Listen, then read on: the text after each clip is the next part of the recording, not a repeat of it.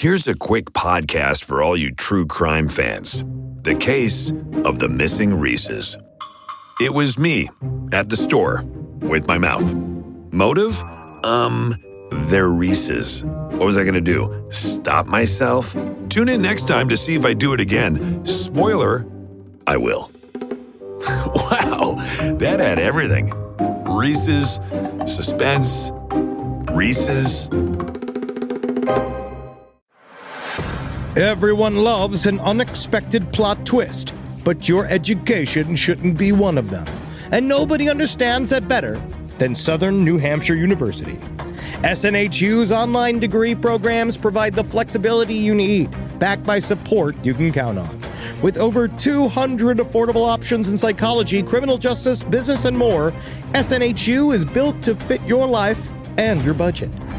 Visit snhu.edu/lastpodcast to learn more. That's snhu.edu/lastpodcast.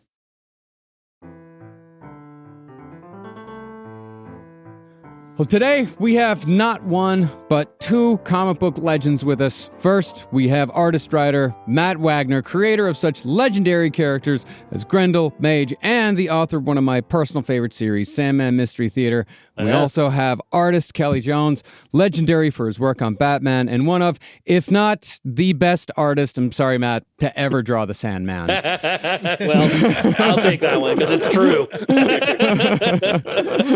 But today, and actually, that's how Kelley and I met, because we both he drew the bulk of Seasons of the Mist, which is the most famous Sandman story arc. I drew one chapter in that. And so we were both together with a lot of the PR tour stuff, and that's how we first met. Yeah, Matt, I mean, you co-created Dead Boy Detectives, right? Like, I mean, I don't take much credit for that, because again, it was just that one issue. They weren't detectives yet. It's just no, they were just a couple of ghosty high school kids, No, So okay, so you created the Dead Boy part. Yeah, there you go, the Dead Boy part, not the detective part. Yeah, I always like a good guy who creates dead boys. It's good for our show. It helps. I'm glad it's a good interview, kid. And I will say, DC, the way they credit you is whoever drew it first, they get the credit. Yeah. Right. And I don't feel like I deserve it, because I didn't do them as those characters, as the detectives. And yet, when they had that one season of the show, I got a bit of money out of it, and I was just like, okay. I mean, it wasn't, I didn't quit my job, but. Hey, man. Get that money, dude. Yeah. No, I've created about a half dozen characters I had no idea I created, and he's right. I looked and I said, I don't even know who this is, and they say you did it. Yeah, I mean, that's the thing that both of you have just drawn and written so much over the years. Like, do you sometimes just forget things that you've done? Sometimes, yeah. Details more than whole movements or anything like that. But it takes, for instance, I know George R.R. Martin has a dude that helps him keep track of everything in Westeros, because he's lost track of all that shit. Yeah. But just little things here and there. But no, for the most part, I can keep track of it pretty well. Maybe you could finish that. We're busy on something else right now. Oh, I mean, before we get to your current project, I do have to bring up something that Kelley, you may have forgotten that you did way back in the day. I'm sure I did. But it was I realized this morning when I was looking at the books that you've done over the years, I realized that you were the very first artist to really have an effect on me as a child. The first comic book to really have like a huge effect on me. Dino Riders. Yeah. And I still have the toys. Really? Yeah, I was under contract with Marvel then.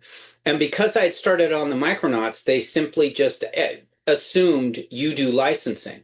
Yeah. So I didn't get a say in it. And one day I got this gigantic box of toys, and I had no idea why, and it said from Marvel, right? It came from Marvel.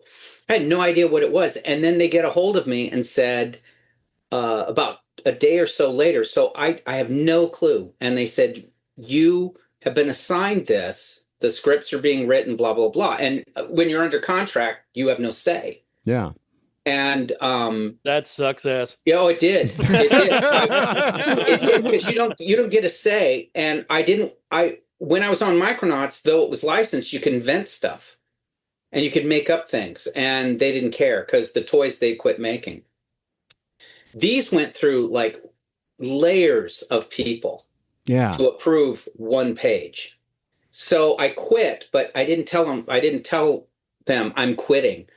I just accepted a job from DC.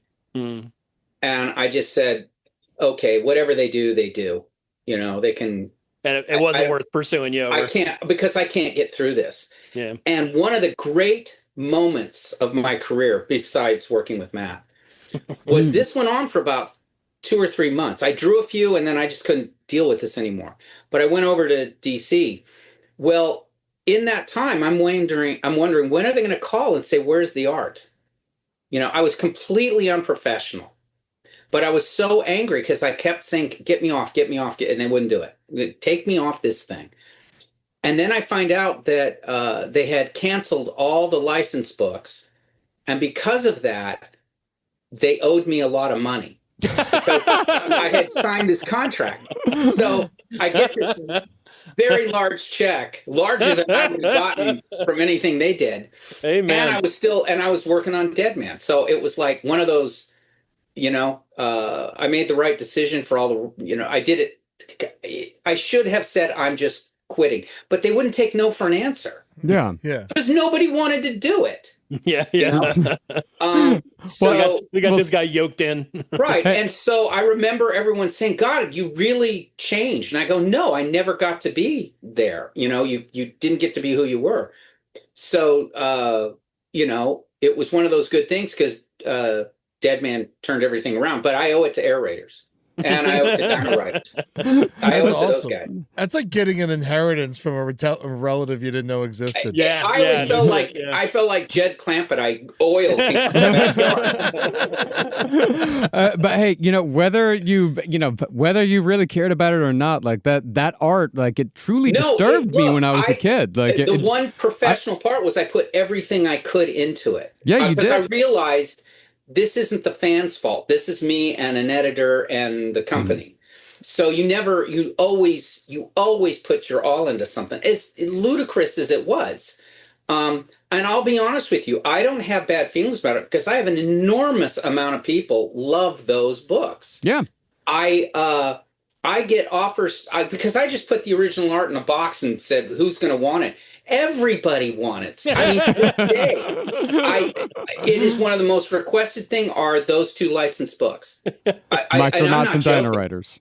It is, you know, it was designed for kids. So I got to remember what was I into as a kid? Well, I would love it too. Whatever those things were, Yeah. You know. It's one of the reasons. Was it? I don't know, Dino Rider. Was it gruesome? Did you make it gruesome? Oh yeah. Oh yeah. That's what disturbed me because I was like 6 and it's like, oh, here's a guy. Like I remember someone getting eaten by a dinosaur. Yes, I think. that was me. I finally do things because you do things to get fired. Yeah.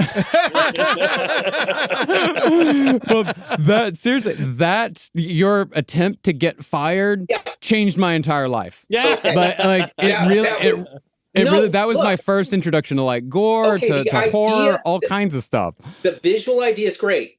Like weapons on dinosaurs and guys fighting. Well, okay. That's what cool. Else do you need? But then they wouldn't go as far as they should. So I went as far as I could. And I started doing a thing where I turn in everything really late so they had to approve it. Mm-hmm. So you got people getting eaten and killed and whatever. And I got a lot of pushback on it. And then, like I said, when you're doing stuff and you're trying to bring that extra whatever and that's where you're getting shit on, you just, all right, fine, I'm out of here. And then I watch, because I watch all my goofy friend artists and they were pulling stunts all the time and would still get work. Yeah. So I thought, this will be my one time. I'll change it and I'll do this stuff. And what's good is it carried over to Dead Man because I was so angry at that time. I said, they said, well, you know, Neil Adams, Dead Man. And so I just said, no, my version and fire me then. I had a bad fire me point of my career. And that's like early in the Vertigo days, we weren't allowed to say the word fuck. Yeah. You know, even though it was supposedly adult aimed comics, we weren't allowed to say fuck. So Neil Gaiman and I used to talk about how if you had something questionable you wanted to get through, you would throw a fuck or two into the script. Yeah. And then that's all they would focus on. You got to take that fuck out. Yeah. Everything else good? Yeah, fine. What are the dirty words for comics? Like, is there a list? Is there a George Carlin 7 dirty words, or is it just fuck? No, I'm sure, you know, cunt and shit and piss and all that. You're talking about mainstream comics. Like I've always done indie comics. I've done some mainstream stuff, but Jesus Christ, man, my stuff's foul. Yeah. You should read his scripts, because in his scripts he's really foul in describing what he wants, and I'm like going, this is wonderful. Matt finds 14th century curse words, and I'm like, that's just wonderful. Well, speaking of 14th century curse words, the reason why that we brought the two of you in today is to discuss your incredibly innovative new take on everyone's favorite Eastern European warlord, Dracula. I mean, your take on Dracula, it's one of those ideas that you can't believe you've never seen it before. Yeah, you can't believe right? that you can't believe that no one's ever done this. Is that y'all are telling the story of Dracula from the perspective of Dracula. Yeah. And it's one of those ideas, like, you can't, like, I told my wife about it. She's like, oh my God, I've always wanted to hear that. I've always wanted, because she's a massive fan of the Bram Stoker book. So but it just, for some reason, never occurred to people to just tell the story from Dracula. So this is something I've been stewing on for, I want to say, more than a decade. I always wanted to try my hand at Dracula, but what do you do? It's been done to death, you know? Yeah. And, you know, the original novel is what's described as epistolary, which means it's told in the form of, there's no omniscient narrator. Letters, journals, news articles, and the one voice missing is Dracula. And, you know, it works in the original novel because it makes him a sinister kind of other, a presence, you know. But after this long, we deserve to hear his point of view, right? You know, so I finally realized what we need to do is not adapt the novel. We need to tell everything else that the novel only hints at and doesn't tell. Like, for instance, book 1, which is called The Impaler, twice in the original novel, Van Helsing mentions that when he was alive, Dracula attended something called the Scholomance, which is an Eastern European legend about this seminary for the dark arts that Satan himself hosts way up in the mountains. And it's a 7-year tenure, and he takes 10 students every tenure, and then at the end of that, he keeps one of them. And I thought, how could nobody have fucking done anything with this before? This is such a deep well of story to be told, you know. And so that was our beginning, you know. And then the second one's called The Brides, because the 3 vampiric women make this indelible appearance in the novel, and they're only there for 3 pages. And I was like, well, we got to hear their story too. We got to hear how he got each one of them and who they were before they became his brides, you know. And the new one we're getting ready to launch in just a few days, the Kickstarter. We do all these as Kickstarter campaigns. Nice. And the new one, any fan of the novel knows that once the action shifts from his castle in Transylvania to the streets of London, Victorian London, he's off stage for the rest of the novel. Yeah. He's just this shadowy presence, you know. You get some reports of things he's done, but nothing first-person account, right? And so we're showing you what he's doing, because he's obviously doing something the whole time he's there, you know. And you get to see everything that he does, and it's been a blast. And you know, I keep writing these sequences, thinking to myself, "Oh, Kelly's gonna fucking nail this. It's gonna be so awesome." And then he turns in the art, and it's like better than I could have imagined it to be, you know. And I'm an artist too, so I've imagined quite a bit.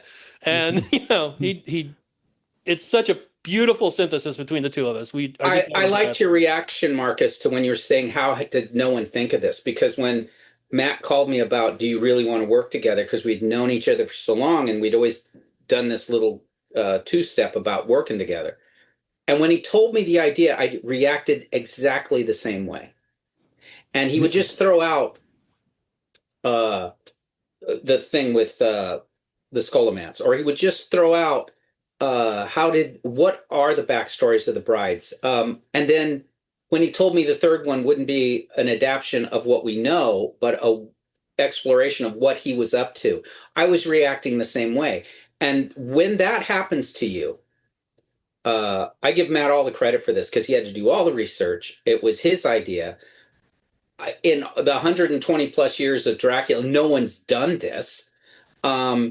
And it was completely interesting to me because when he first said Dracula, I said, well, what are we going to do with it? And then he tells me this. And so in 3 minutes, I went from Dracula to when do we fucking start? Yeah. So how much of this, like, 'cause I never knew about Satan and Dracula being buddies, you know, like I that went was back like, and reread like- it, and he was right. There's the Dracula, the devil teacher. I'm like, where did I miss that? Yeah, Yeah. I completely went over it, like skimmed Yeah. over that as well. Yeah. And so how much of this is your own creative license and how much of this is like come straight from Well, Bram we are Stoker? trying to stick religiously to the canon of the text. And Okay. yet, as I said, so much of it is only kind of this vague hints, of he mentions the scholomance. He doesn't say what went on there, Yeah. but I took that opportunity to, I felt also an important impetus to have a very special way for him to become a vampire. Because I figured, he's the OG vampire. He's the name, I maintain he's the most famous literary character of all time. There's almost nowhere in the world you can say the name Dracula and people don't know who the fuck you're talking about. Well, God's pretty big. Yeah, God's pretty big too, yeah. We're talking about fictional characters, yes, God's pretty big. But I thought, well, he's got a very special way to become a vampire. He can't just get bitten by another vampire. That's how every other fucking vampire becomes a vampire. Therefore, that's boring. So Yeah. had to come up with a very special way for him to become a vampire, which we see in book 1, And the rest of it, like, Ed, you're asking how much of it's from the canon. So regardless of its, I wouldn't say Dracula is considered by a lot of literary scholars as, not on the level of Dickens or Tolstoy or, these highbrow writers. It's considered kind of a pulp thing.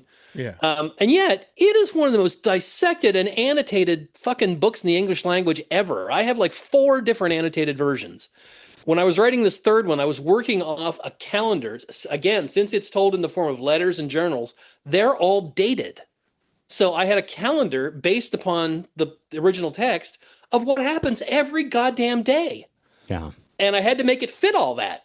This thing even had the sunrise and sunset times and the phases of the moon.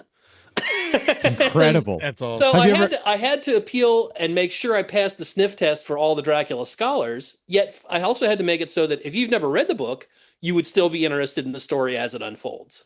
So Yeah. the third one was pretty intense. In a way, the third one's what we've been working for since the beginning. So Of I course. just had to worry about how much breasts and blood to put in. So Speaking of breasts and blood, I actually do have a question for you because Kelly, I mean, your horror stuff is just incredible. Like the way that you draw pain and anguish in a way that's just so evocative, but your gore is just off the charts.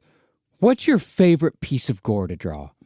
It's like this is like the James Lipton, like what's your favorite word? Like what's your favorite gore? I think my favorite gore, if I'm to be perfectly honest, are the little things. It's the little things that look painful. Yeah. It can be a small thing like a needle in a finger or something where I can do that because I think everyone can relate to that kind of pain, to those little moments. in the second book, there's a scene where the villagers storm the castle, and Dracula drives them away by commanding lightning and then summoning rats and bats. And there's a scene where a bat is clinging to a woman's face and plucking out her eyeball with its teeth. And I remember thinking, "Oh wow, that looks painful." But horror has totally different tropes and shtick than superhero. Yeah. So I try to take advantage of that as much as I can. And Matt, and it's all characterization. It's more characterization. And Matt will do a thing where why the books are so entertaining to draw is he does sequences all through it, scenes, and they all stitch together. But it's like you'll get a 6 to 10 page sequence maybe. And within that, he gives you something. And so you get to build that atmosphere for that one shot or that one moment. And I think that's what makes people react even stronger to it than if I just drew an axe murder going on. And it's, this wonderful grotesqueness that Matt will write, where it's unapologetic, non-biased. There it is, and then we move on. So it isn't like, you're getting off on it. It's like you go, oh, that's disgusting, or that's frightening, or that's horrible, or that, more importantly, painful. Yeah, I mean, I had the reaction of "damn" quite a bit Matt does when I was reading. Damn. Yeah, Matt will do casual things, like he casually is. There's this corrupt politician in the second one, and he gives Dracula this boy, and Matt just has him casually carry off the boy, but they're discussing things the whole time, and that really bothered me. Yeah. But I thought, yeah, that's cool. I mean, at the same time, you're going. Matt it's like a psychological test. How disturbed are you? Because you find yourself enjoying it and then saying, why am I enjoying this horrible mayhem going on? But I do, because Matt, everything's driven by character. So you feel feel it much, much more. It to me. Yeah, that's very important, especially with a contemporary vampire story, because again, vampires been done to death. Yeah. And you have to do something to make people care, even just in passing, about what's happening to these characters, Yeah, I mean, as far as the characterization of Dracula goes, like once you started like fleshing out this character that has not over the years been fleshed out all that much. I mean, the most might be, might be Francis Ford Coppola like giving him a romantic backstory. But when Which you're is fleshing not out there in the fucking book. Not at all. Not even close. Yeah. This weird muscle armor. Was there anything that you discovered about the character of Dracula that sort of surprised you? Well, yeah, in that, so you have to keep him as this unrepentant villain, Yeah.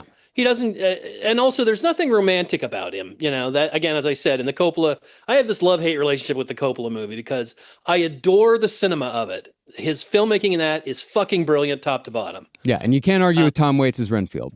Well, no, I don't like the casting much, kind of top to bottom. Oh, okay. I think the casting's kind of all bad. I'll get back to that in a second. But the whole love story thing, just, once he gets to London and gets hooked up with Mina, he turns into this fucking fop for the most part. There's the scene where she's been fooling around with him, and then Jonathan gets rediscovered and she rushes to his side to marry him. And they have this sequence of Dracula, weeping copiously and smashing things. All right, Dracula does not fucking weep, ever. And so, I just had to maintain that, he's not full of remorse. He doesn't have any remorse. There's one little bit of remorse he shows at one point in one of the books. But one thing I did find interesting is that he has these 3 brides that is in book 2. And I also had to be careful to not contemporize that.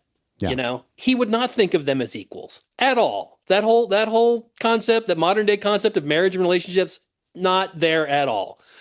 And yet, these are the first. He never had any children with his living wives. These are the first things he's ever created, as opposed to destroyed. So he feels some sense of responsibility for them. He feels a need to provide for them. He goes without eating himself to provide food for them, to provide blood for them.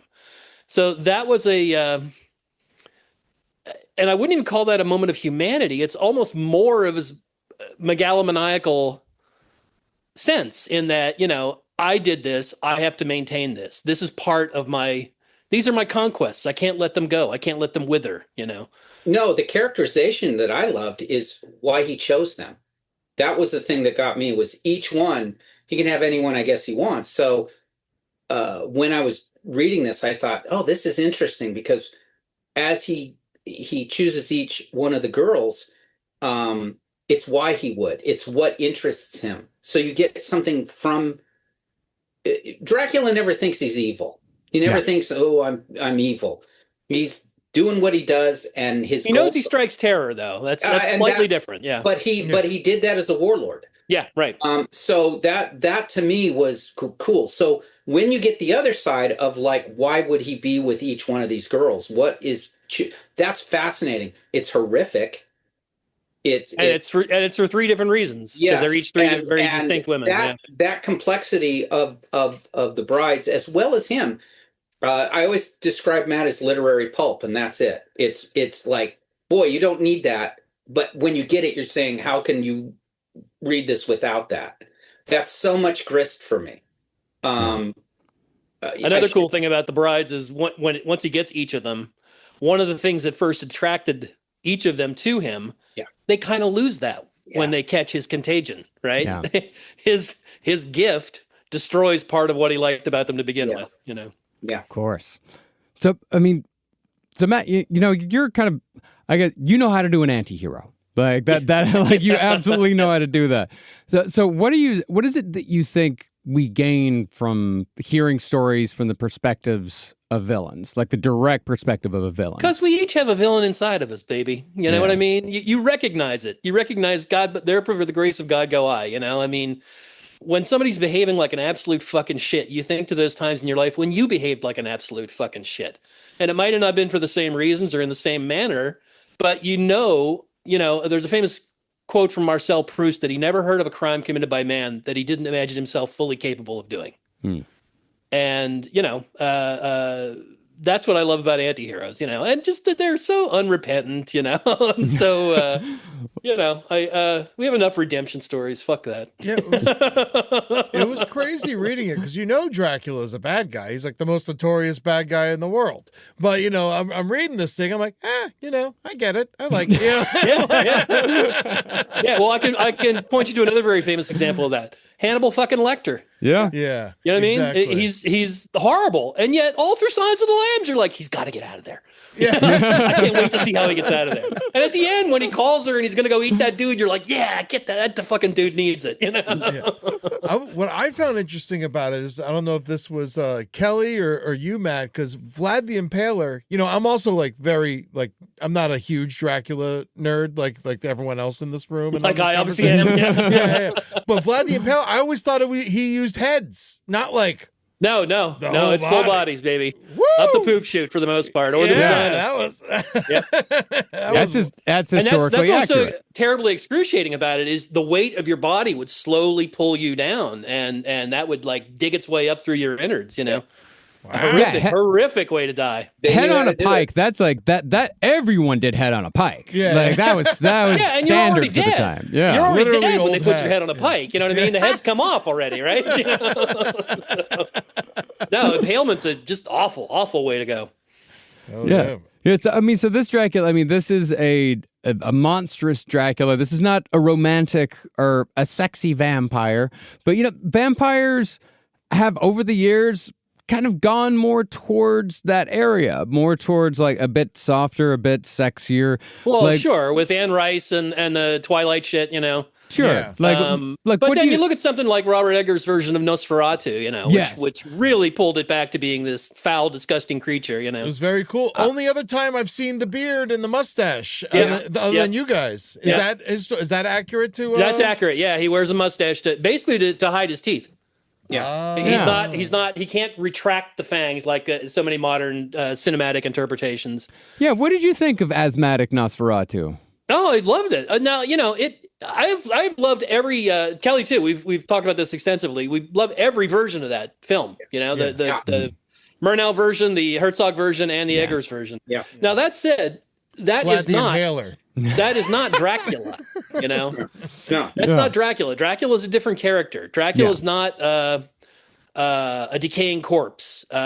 He's also much more courtly than that. The thick Romanian accent, that's not in the book at all. That Harker comments to him, he's trying real hard to perfect his English so he can fit in and not attract attention when he's in England. And Harker comments to him twice, "Oh, you speak great English. You don't have any accent at all."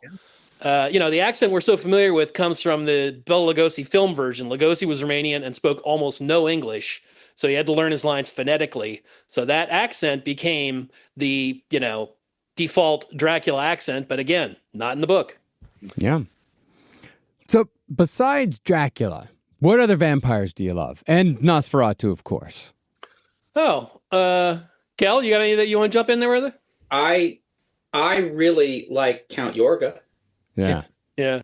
I dig him quite a bit. I think there's little touches they did that I always liked, that he knows all these languages, so when a deaf person comes up, he communicates in sign. And I thought, that's nice. Yeah. That was pretty good. And he's sadistic in it. Yeah.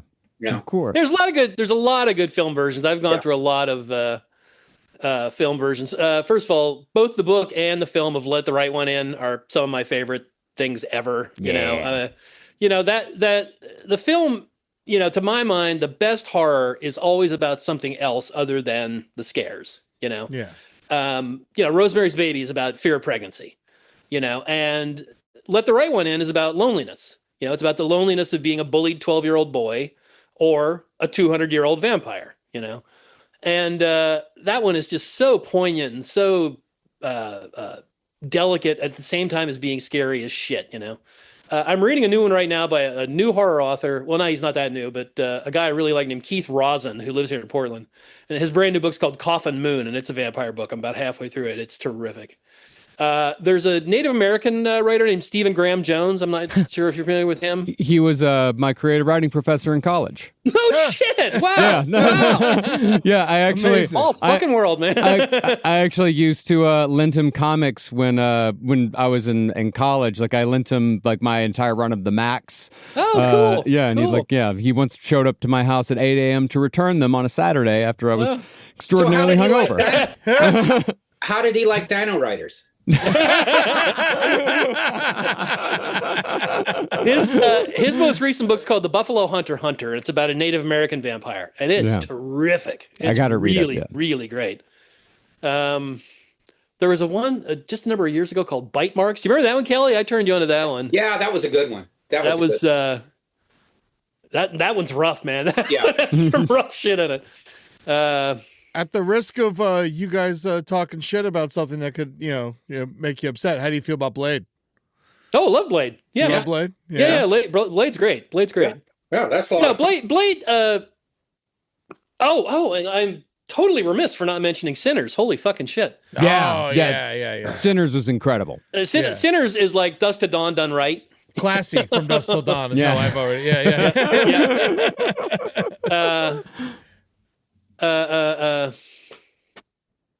Blade uses, one thing I want to point out is, the whole that seems to run through almost every vampire myth is the whole vampire destroys sunlight destroys a vampire.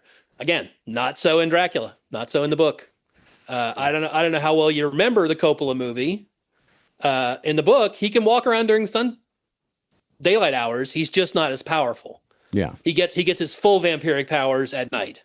And he has to sleep during the day on a bed of his own soil to fully recharge his powers. But if you recall the Coppola movie, when he first meets Mina, it's on the streets of London during broad daylight. Yeah. Yeah. But yeah, Blade is just full of those, just vampires bursting into dust and flame. Just awesome. I love it. Like a lot of franchises, though, it went downhill fast. Number 1 and 2 were great. And, I don't know. One of my favorite things to see is to watch a vampire explode. That's always that's going to make me happy every single time if a vampire explodes for whatever reason. Great scene of that and Let the Right One In, where the one guy's girlfriend gets bitten and she's turning and she asks the hospital attendant to open the window because she knows that will destroy her, and she just bursts into this ball of flame that's like licking the ceiling immediately. Yeah. You know what one isn't good, but I love it anyway? There's a lot of those. Vampires. Yeah. Which one? Yeah, John Carpenter's Vampires. Yeah, I'm not it's nuts a about bad that one. movie. It's a bad movie. I know it's a bad movie, but I'll put it on anytime. I can appreciate that, Ed. I can totally appreciate that. Speaking of Carpenter, we just got a blurb from Carpenter, an endorsement. Really? Yeah. Well, I take it back then. Thank Mr. Jones for that one. No, I mean the blurbs that y'all have been getting for this book. I'm not alone in saying that this book is incredible. I mean the reaction that y'all have got from this. Like, how does it feel to have so many people just say like, "Holy shit, this is the Dracula story that I've been waiting to read my entire life"? Well, it makes me feel like, wow, woo, we got it right. Yeah. Because, of course, you never know going into it. You might hit a lot of resistance. But I don't know. this from the very beginning, as Kelly said, when I first started outlining to him what I wanted to do, and I was seeing his reaction, I was like, yeah, we're really on to something here. Yeah. You know, it's working, you know. And I then couldn't tell I couldn't tell anybody. I mean, I would read this. He would tell me this. I didn't want it out there. And so I was alone with this for a long time. We sat on it for a while, yeah. And it was driving me crazy because I knew how I was reacting. So when I started hearing other people when they would read the first one or whatever and react the exact same way, then I knew I always knew Matt was onto something. Because I know this stuff pretty well, and I felt stupid when he was telling me this stuff. Why didn't I think of this? And then very entertained when I would read it. How do you sustain this idea? And when he said, well, in the first one, which is I think a great how he got there, and he really doesn't become a vampire till the very end. Yeah. It's sustained interest. Yeah, at the same time, we had to make him very recognizable as Dracula. In lesser hands, what Matt wrote would be dreadfully boring. It would be. And I always told him, I said, this would be great if someone drew it in stick figures, because it's just all there. Mm-hmm. And it's the ideas. I'm very big on ideas. I think ideas, if you've got those, that really is compelling to people. And Matt had ideas everywhere on this. I mean, just from just how you do a good comic book to what you're going to say to bringing a new light on something. All of it was working. All of it. And it is all I can do. I mean, people will say to me, you know, how you go about sustaining that energy. It's very easy. I mean, like I said, he writes all these scenes, which for me, I like, because people, when they like something, they'll describe something they like. And I found this happens to me the most with what Matt's done. They tell me so much from both the first books. Yeah. They'll just go on and on and on about, and this scene, and this scene, and this scene. And I'm going, well, that's what I thought. That's why I'm not, you know, I'm like, and a lot of stuff too will just pop up. I mean, there's things, I don't pre-plan anything. I don't do thumbnails. I don't do anything. I work very emotionally. So I want to feel it that day. I'll read Matt's stuff over a lot, and sometimes I'll get an idea, but most of the time that idea is rejected by the time I get to actually drawing it. And then I always think, well, how can I really emphasize what Matt's doing here? And that's where it comes together really well, because I don't know that a lot of this stuff's going to happen. Some stuff I think is going to be really gory isn't, and other stuff becomes very gory, and I didn't think of it that way. But that's the pleasure of working with someone who's figured it out. There's no plot holes with Matt. There's no, I don't understand this. So at that point, you kind of bend the knee, because you realize somebody put a lot of effort, thinking, research to scare the hell out of you. And it works. That he does do that. I'll read it and go, Jesus Christ. Even down to, fellas, you have a copy of the first volume sitting in front of you there. Yeah. The logo we use is the same logo that was on the very first 1897 hardcover edition. Nice. Hell yeah. That's great. Keeping it real. Now, if this is too much of a spoiler for the first book, please tell us to not put it in the episode. But I'm curious, why was Satan a boy? Just because it's the opposite of what you expect. Yeah. You know, and he looks. I mean, you get to see what he really is later. Yeah, you know? and he presents himself differently to everybody. Yeah, there's that one scene where all the various scholars, depending on their nationality, are describing how they see him, and it's all basically derivative of their own mythologies, you know? Yeah, so what was it about, like, the Eastern European mythology, like Dracula's mythology, that made him see Satan as a little it's boy? Catholic-based, you know? Yeah. And I'm sure, in my mind, it was some little boy that he had fucking impaled. Yeah. Some peasant boy, you know? Yeah, that was one of the things the first time and Dracula's response is, I don't give a shit. You know? Like Satan tried to freak me up. Fuck you, Satan. Yeah, right. Yeah. I was Yeah, there. 'cause- I saw that thing go up his asshole. You know? Yeah, because right up top, when you see the impaled people, when he's still Vlad and he's still in charge and shit, you see a little boy. Yeah. That's what I thought when I read it. That's why I put the little boy there. I didn't think it would be that, but I thought that's what Matt was thinking was this is somebody or a presentation of somebody he did this to. Yeah, this is not endemic to that time period. No. I mean, look at the casualties in Gaza. Yeah. I mean, Or it's anywhere. indiscriminate of Absolutely. age and class and sex and everything. Yes. War destroys everything. Any war. Yeah, any war is like that. And considering that Vlad doesn't see himself as a sick guy, but using that as a psychological terror weapon, which worked in real life, it worked. No, he's not even. It's a means to his end. So he's not even thinking about. Geez, I really shouldn't have done that. That's really, he's thinking, man, those shrieks will keep the Turks away. Yeah. And then in book 2, we had a sequence where, so in the actual novel, you only ever see him prey on women, right?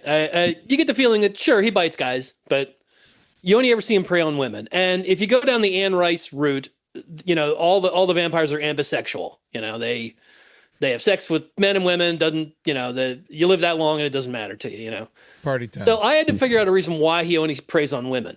And I took as inspiration certain predators. Like we've all seen a cat play with a mouse, right? And I know from you guys the sequence of orcas you did with SeaWorld that Ed, you were the host on that one. Yeah. The orcas can toss a seal around in the air for an hour, Well, why do they do this? And certain animal behavioralists will say, well, they're honing their skills. And I'm like, really? Yeah. They already caught the thing. How's it honing the skills? Yeah. And my thought was always, maybe this just makes it taste better. Oh, like tenderizing. Maybe somehow the fear juices are marinating that meat and it just tastes better, So Dracula goes on and on about how women just taste better. Yeah. Like he says there's a certain assertive tang in the gore of males. See, that's the thing I love. Stuff I've not thought of. And when he said that, I went, that really helps me draw this. Yeah. That does, because then I see him being more, rather than seductive, more culinary. Consumptive. Yeah, he's culinary about it. Yeah. If I had to eat a person, I'd choose a woman. Yeah. Yeah, there you go. Yeah. No, when I remember telling my wife about that, she goes, that's exactly what would, I mean, there's so many things Matt does. I always run it by her and I'll say, well, okay, what would you react to? And she goes, no, that's good. That's good. And it's all horrible things happening to women. So she'll go, no, that's scary. That if it passes your artist's wife test, you're good. Yeah. So I'll always say it like, well, would this bug you? And she goes, no, that's really good. Don't change that. And I'm like going, okay, that's good. In book 3, when he's in London, I have him describe the taste of everybody he bites. Oh, in most cases, it has to do with their social status. Like I remember one is she tasted of liniment and broken dreams. Yeah. And and it varies from whether it's a man or a woman or high class or low class. Yeah. And so when you're writing something like this, like something like Dracula that's been done so many times, and I'm sure you've seen basically every Dracula adaptation out there, and probably read quite a few of them as well. Like, how do you kind of keep the ideas of other people out of your head? That's tough, and I do stay away from certain things. Like when we started this, I deliberately did not go check out Marv Wolfman and Gene Colan's long-running classic run at Marvel Comics, Tomb of Dracula, which is where Blade was first introduced. That was so much material. I thought, well, I don't want to cross over with something they might have done consciously. If I do it accidentally, fine. Deliberately stayed away from those. Yeah. I love reading those too. So when I got on this, I just took all those books I used to and put them away. When I was doing Batman, I wouldn't read Batman comics from the artists I love. Yeah. I mean, I went on a 10-year not reading it. It was because you don't want to be influenced by it or take the same ground. If, consciously or unconsciously, you try not to. And speaking of crossover material, I don't know if you guys know this or not. Have either of you ever seen the Dan Curtis directed 70s TV movie starring Jack Palance? No. Of Did Dracula. not know that existed. It's adapted by Richard Matheson, by the legendary fucking Richard Matheson. Twilight Zone Richard Matheson? It's pretty darn good. I think it's excellent. I think it's an excellent. It's where they first introduced the theory that Mina is the reincarnation of his long lost love. Yeah, it's excellent. But that was on when they were developing Tomb of Dracula, and so artist Gene Colan based his Dracula on Jack Palance. Yes, and he did a great job of it. He gave him a little mustache, but if you go and look, it's got like this broad face and a broad mouth like Jack Palance, and the eyes kind of beady, and he's mean as shit in that too. Yeah, he is mean as shit. Yeah. Now, is there any like Dracula lore? You're like, fuck it, that's stupid. Like, I didn't see anything about garlic in the first book or anything. Like we that. get to garlic, yeah. I mean, he's so powerful. I have that most of it doesn't affect him all that much. Mm-hmm. It's also, the whole thing with the Scholomance. First of all, in the novel, we don't see many other vampires, and they're all women. But he exhibits powers way beyond what the other ones have. You can see them, mainly what they do is they can turn into a mist and materialize here and there. But you never see them command the weather or transform into animals or command animals, and my approach was that's all shit. That's all necromancy that he learned at the Scholomance. That's outside of vampiric powers. We do bring in garlic in the third one. Crosses and stuff, though. Like there's a famous, it's actually a pretty good movie, but it has a silly fucking ending. It's Hammer's second film called Brides of Dracula. Mm-hmm. Did not star Christopher Lee. Christopher Lee didn't come back for that one. And it's got a lot of good stuff in it. It does. But at the very end, they turn a windmill so that the arms of the windmill are a cross. And he gets kind of like fucked up by the cross. Now, that doesn't make any sense because there are crosses in architecture everywhere you look. Picket fences are full of crosses. He wouldn't be able to go anywhere. So my approach is it has to be wielded with a faith behind it, an active faith too, not a cursory or a casual faith, to have an effect on him. Oh, so if you're an atheist and show Dracula a cross, it don't ain't gonna do shit, buddy. Yep. Hell yeah. Yep. I think he would be the best. If Dracula did exist, you'd fill churches. Yeah, because you'd go, man. I don't know. I just want to go to the store at night, so I got it. Well, on the we're here on the subject of monsters, and Kelly, like this isn't the first of like the massive like monsters, the universal monsters that you worked on, like Frankenstein, Alive.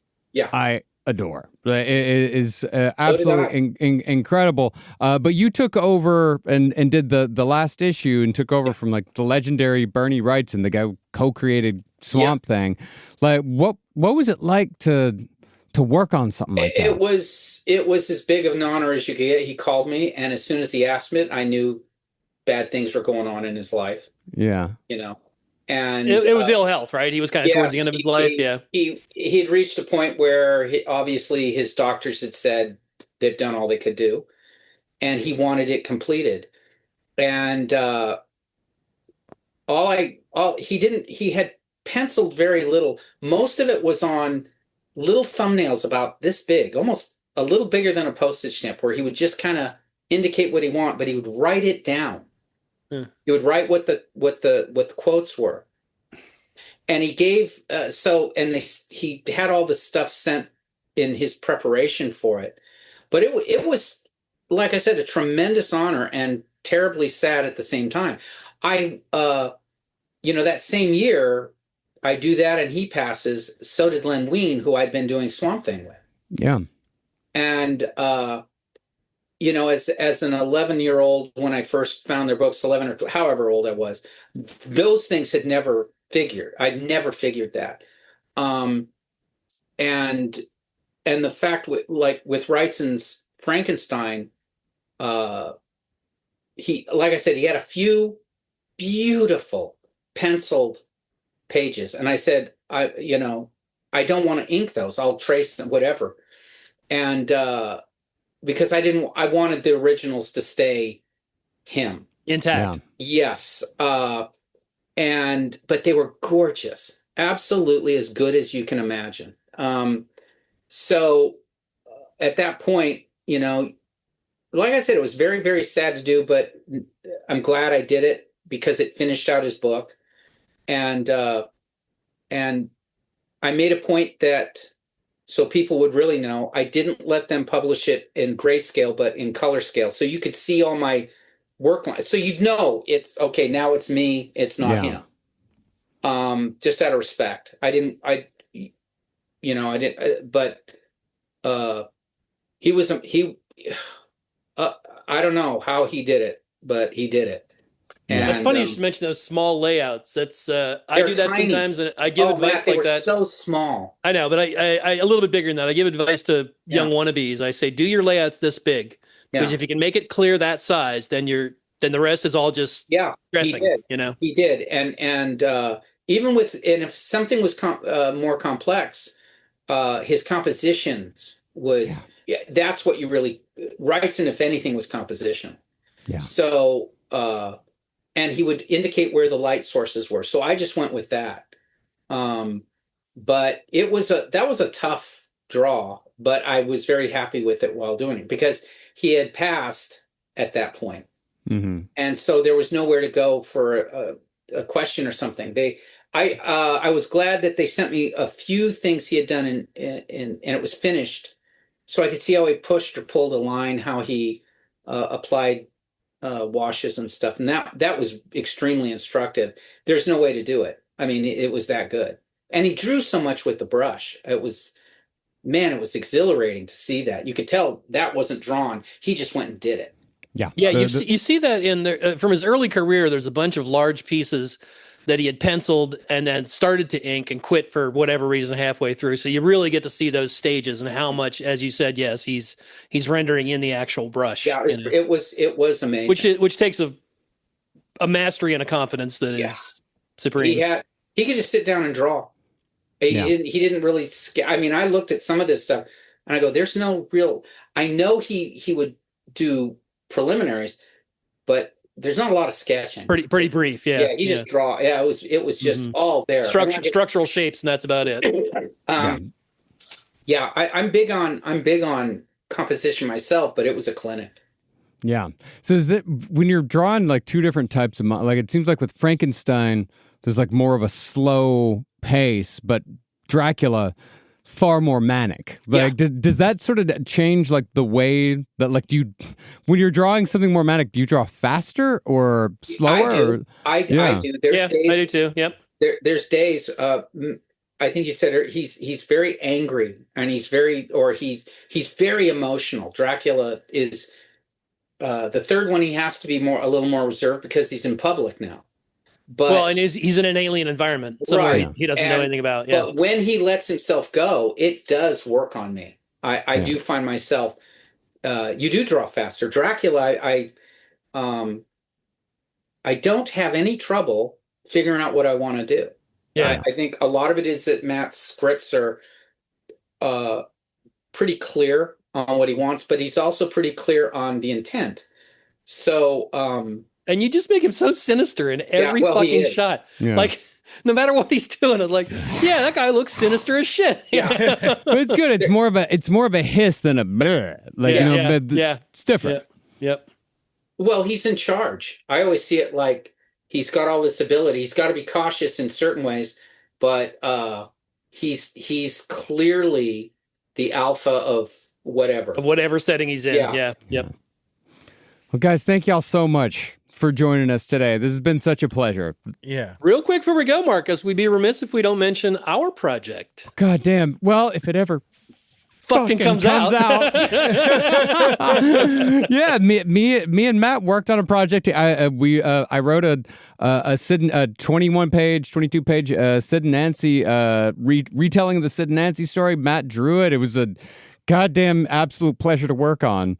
And it all came about because my son, Brennan, turned me on to Last Pod. Yeah. And from there, I discovered No Dogs. Yeah. And so I wrote them a note and I was like, you guys, your show, that was the soundtrack of my entire career. And Marcus came back and said, "Hey, well, I'm writing a story about that kind of music. Would you be interested in drawing it?" I mean, yeah. My God, it was just so cool. It was totally fun. Yeah, to work. And Marcus, with you you're on in a very small club, dude, because I've almost never worked with other writers. I know. I that's know. awesome. It's absolutely incredible. But yes, You guys thank had you so much. Kevin Smith on a month or so ago, something like Yes. that, Yeah. right? Yeah. I drew Kevin's very first comic book story. Really? Yeah, it was That's a awesome. Jay and Silent Bob short story called Walt Flanagan's Dog, where they get in these misadventures and they end up like having a run in with this little yappy dog. So they get the dog stoned, and then when they kind of come out of their daze, the dog's laying there with this enormous fucking heart on. Yeah. I read it. I remember. Yeah. And I later designed the first Jay and Silent Bob action figures, and we included the dog as one of the accessories. And we named him Tripod because he's standing on his front two legs and his dick. And then his little hind legs are just kind of like waving around behind me. But yeah, I mean, hopefully, once our next Z2 book comes out, we're still working on that right now, when exactly that will come out. But once that does come out, then yeah, it's, it's me writing and Matt drawing the full Sid and Nancy story and every bit and of, my son coloring, Brendan coloring. and Brendan coloring as well. Like it's so, and it's gory as hell. Yeah. It's just as gory as the Brendan story said to me, is. "Dad, this is one of the most extreme things you've ever done." I was like, "Well, I was very proud. That actually makes me very proud that I wrote one of the most right on, extreme Punk things that rock, Matt baby. Wagner's ever done. I Fuck didn't even yeah. know this existed. I can't wait to read it. It must have been fun to draw all those needles. Yeah. it was, a lot of needles and a lot of knives. a lot of decrepit shit. Yeah, a lot of that scene was pretty gnarly, as Marcus accurately described. So it was. Thank you. I can't wait for people to see, but it'll be out at some point when that whole thing gets released. Wow, more Gary. And before Oldman. we split, everybody, the campaign for the new one launches Wednesday, October 1st. Go to Kickstarter, Dracula, Book 3, The Count. Nice. And you where can still get books 1 and 2. You can still get the hardcovers of books 1 and 2. And people can get the hardcovers for books 1 and 2 from the Kickstarter? Yes. All right. Okay. Yep. They'll be offered on this one as well. Yep. Yeah, and are these for sale in bookstores and comic book stores? Can they order them from their? The Kickstarter is the only place to get the hardcovers. Then Dark Horse Comics releases the trade paperback version via regular retail outlets about a month after the backers get their hardcover editions. All right, cool. So yeah, you can. And we have extra rewards. We actually have some original art this time. That's a collaboration between me and Kelly. 10 original pieces. Cool. Yep. So that's Kickstarter.com/ Again, if you just search on Kickstarter for Dracula, Matt Wagner, Kelley Jones, you'll find it. Got it. Yeah, or of course, ask your local comic book store to order it for you if you can. Yeah, Yep. make sure you read this. It's really cool. It's Yeah. like history meets Dracula. I don't know. It's just badass. I loved it. Thanks, guys. Yeah, I did the volumes 1 and 2. I loved so much and read through the whole things in one night. They were It's a lot of work, so but much boy, fun. it's a ton of fun, as you can tell from the way we enthuse about it. Oh, yeah. Well, thank y'all so much. You We'll bet. see Thanks for next having us, guys. Yeah. Thanks. As a small business owner, sometimes it feels like no matter how much planning you do, there's always surprises, like an urgent, expensive repair. But here's a surprise you'll like. With Progressive, small business owners save 10% or more on their commercial auto insurance when they pay in full. So enjoy a surprise for once. Get a quote in as little as 8 minutes at ProgressiveCommercial.com. Progressive Casualty Insurance Company and Affiliates. Discounts not available in all states or situations. This podcast is brought to you by Squarespace. Whether you're just starting out or scaling your business, Squarespace is the all-in-one website platform designed to help your business stand out and succeed online. Squarespace gives you everything you need to offer services and get paid, all in one place. From consultations to events and experiences, showcase your offerings with a customizable website designed to attract clients and grow your business. The best part about it is it can help you design a funnel in which you can very quickly record commercials so that you can get it done while you were desperately trying to get on break. That's the best part about Squarespace. It can really shorten up the time you spend doing things. You got to get in there. Use Squarespace. Man, is it fast. It is absolutely incredible. You're going to love your experience at Squarespace. Head to squarespace.com/left for a free trial. And when you're ready to launch, use offer code LEFT to save 10% off your first purchase of a website or domain.